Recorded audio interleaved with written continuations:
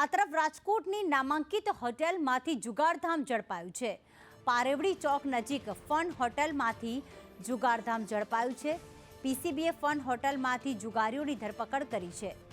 દિલ્હીના વેપારીઓ સહિત 5 લોકો જે જુગાર રમી રહ્યા હતા તે ઝડપાયા છે, જેમાં વિકાસ અગ્રવાલ, રાજેશ ડાંગર જુગાર રમતા ઝડપાયા। ઉપરાંત અશ્વિન સોનારા, રવિ રાજાણીને પણ જુગાર રમતા ઝડપી લેવામાં આવ્યા।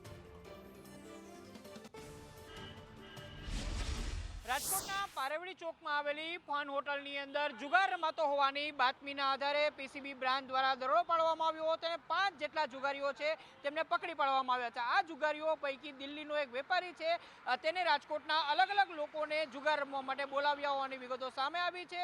પીસીબી દ્વારા 2.72 લાખ રૂપિયાનો મુદ્દામાલ છે તે કબજે કરવામાં આવ્યો છે।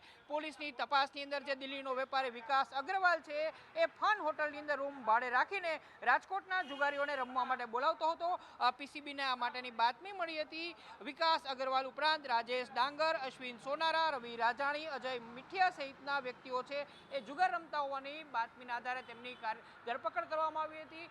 પીસીબીની કાર્યવાહી બાદ હાલ રાજકોટની અંદર જે જુગારીઓ છે તેમાં ફફડાટ ફેલાયો છે।